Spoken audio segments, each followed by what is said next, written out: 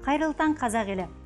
Талай оқырманның жүрек түкпірінен орын алған сәуірдің ақ таңы, қазбауыр бұлттар, сезім патшалығы, әйел шырағы, ғасыр нұры туындыларының авторы, халықаралық Алаш әдеби сыйлығының иегері, Қазақстанның еңбек сіңірген қайраткері Шәрбану Құмарова 80 жасқа толып отыр. Бүгін қаламгермен жүздесудің сәті түсті. Шәрбану апа, мерейтой құтты болсын. Қазақстан ұлттық арнасының сыйлығын қабыл алыңыз. Өміріңізге қаламды серік етіп келесіз. Жалпы жазушылық әйел адам үшін мехнаты мол мамандық десек келісесіз бе? Қартайдық, қайғойладық, ұлғайды арман деген сияқты.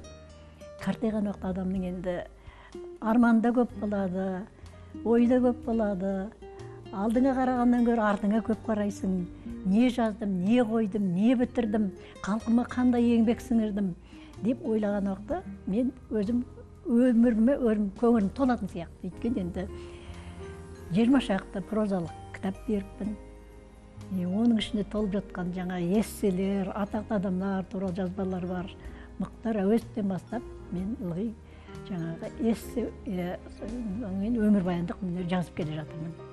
Сондықтан енді әйел адамның қоғамда осылай ешкімнен қалыспай, өзімнің қатарларымнан қалыспай, сонау 60-шы жылы шыққан Сайын Мұратбеков, Қалихан Ысқақов, Бек Тоғысбаев, Әкім Тарази, Рамазан Тоқтаров сынды өзімнің замандастарымның қалыспай солармен иықтасып, қанжығаласып, жағаласып дегенде келе жатқаныма ризамын.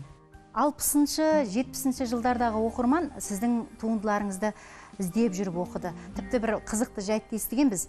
Сәуірдің ақ таң атты кітабыңызды бір оқырман бір қойға сатып алдым деген екен. 1971 жылы шыққан кітап қой енді. Ол кезде өзім жұмыс істеймін.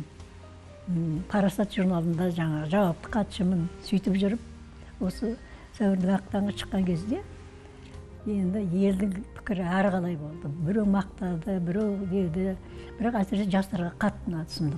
Себебі мұнда таза шынайы махаббат, жастарға онар не керек. Сондықтан бір күнде трамвайда келе жатсам, ол кезде Алматыда трамвай жүретін енді, 36 жылдан бері трамвай жүрген, енді қазір жоқ болып кетті ғой трамвай. Бір жігіт жаңа менің кітабымды бүйтіп алыпты да, былай алып қолтығына қысып алыпты.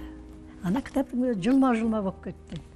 Мен енді оған әй бала, мен автормын деген жоқпын, ыңғайсыз ғой. Балам, мына кітабыңды маған берші, маған сатшы. Немесе берші деп едім, бетіме ажырай қарап. Немене де сізге берем? Мен өзім бір қойға сатып алдым, деді. Содан кейін ойладым, рахмет енді, Құдайға да рахмет. Өстіп, менің кітабым жылма шығып оқып жүрсе жаман болмайды екен дедім. Сол шығармадағы жаны нәзік ерке қыз, Әсемтай, сылқым жігіт Қадыржан секілді кейіпкерлердің өмірде прототипі бар ма? Мен өзі прототип дегеннен қашатын адаммын.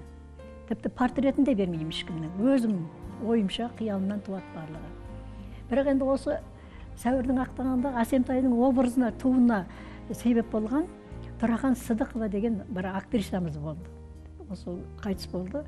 Өмір бойы 40-50 жыл театрда, Әуезов атындағы театрда жұмыс істеп жүріп, тек қана ылғи массовкада ойнайды. Бір рөл атқарған емес өмірінде. Өнерге деген құштарлығы соншалықты енді. Сондай қиналыспен келіп, сол актриса болған жолы маған түрткі болды. Оқырман кейде сол Әсемтайды сіздің өзіңіз бе деп қабылдап қалған кездері болды. Қазақстанның белгілі жазушысы Сәбит Асан. Сол мен туралы осыдан 10 жыл бұрын Егемен Қазақстанға, онда 70 жылдығыма қарай сезімдер патшайымы деп материал берген екен. Бір бет, газеттің бір бетін алады. Сонда бір жерінде бір ғана айтады.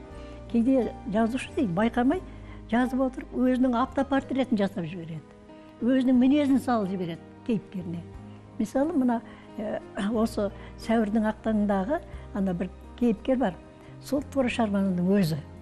Түрі де сол, мінезі де сол деп жаңа сөйтіп айтады. Жалпы әйел болмысын шынай етіп жеткізе білу үшін жазушының әйел болуы ғана жеткілікті ма? Маған жала жабады. Әйел туралы жазады дейді. Бірақ негізінде әйел де бар, ер адам да бар. Мысалы, жаңа өзім сезім патшалығында жаңа Жәнібек деген кейіпкер бар. Образын беру үшін не бір қилы-қилы оқиғаларға, неше түрлі тосқауылдарға соны тап келтірем образын. Сонда мен Жәнібекті білмесем, ер адамды білмесем, сондарын қайдан жазамын мысалы? мысалы ал әйелдің образдары толып жатыр оның ішінде. Мен енді бәленбай түгенбай айта алмаймын. Жас кезіңізде өнер жолын армандап 1958 жылы Мәскеуде өткен қазақ өнерінің 10 күндігіне қатысқасыз. Кейін әніңізді Батыр Бауыржан атада тыңдаған екен. Енді осы жайлы тереңірек айтып отырыңызшы. Мен мектепте оқығанда жазушы боламын деп еш уақытта ойлаған емес. Мен биші боламын, әнші боламын деп ойлайтынмын. Бірақ сондай берінде Сәбитов атамыз кездесті де, сонымен мен жазушылыққа қарай бет бұрып кеттім. Мектептің өзінде. Ол кісі мен бір жазғанымды оқып, Әлия Дүйсенова деген атақты әдебиетпен қазақ пәнінен сабақ беретін атақты ұстазымыз бар еді, Ленин орын. Соған айтты, Әлия, мына қызым жазушы болайын деп тұр ғой, мына тіл саптауы жақсы екен ғой, өзінің ойы да жақсы екен ғой деп. Содан кейін Әлия апай айтты, сен анам алдың. Жарайды деп. Сонымен енді өнерге келсек, бір күні Рабиға Есімжанова деген апамыз, әнші атақты Қазақстанның халық әртісі, сол бір күні алдында кісіні жаңағы өзінің юбилейімен құттықтап, 60 жылдығымен сөйтіп келіп, соған риза болған сондай. Sen айтты, Шәрбану, біз бір үйге барайық деді. Мен енді онша бір үйге барғанын ұнатпаймын, бірақ соны апам айтқаннан кейін барып. Сол барған үйіміз Бауыржан үйі болып шықты ғой. Бәукең алғаш мен онша қарсы алмады. Ты такая некрасивая деді маған, Айша жоқ.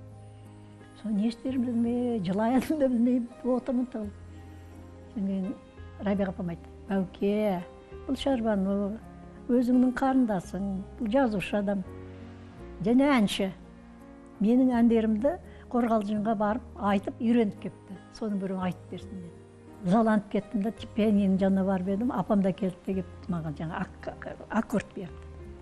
Сонда жаңағы қамысы әупілдектің мүше деген өзі өте қиын ән, қазір айта алмаймын, тамақ бітіп отыр, айтып берді.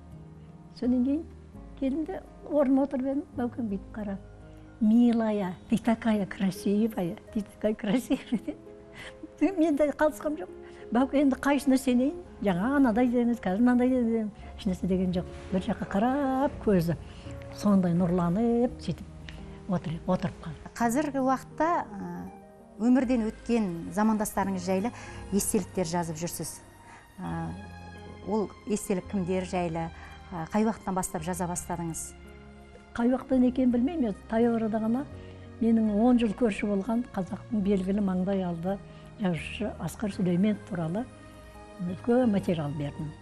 Ол жұлдыздың 6 санына шықты былтырға.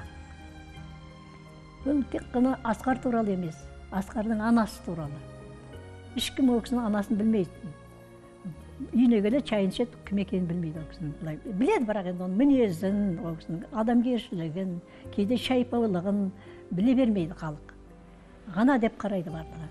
Соның бәрін образын жасадым. Оның бер жағында марқұм болып кетті. Әбіш Кекілбаевтың образы бар оның ішінде. Шәрбану апа, сұхбатыңызға рахмет. Сізге ұлттық арнаның көрермендерінің атынан ұзақ ғұмыр, шығармашылық табыс тілейміз.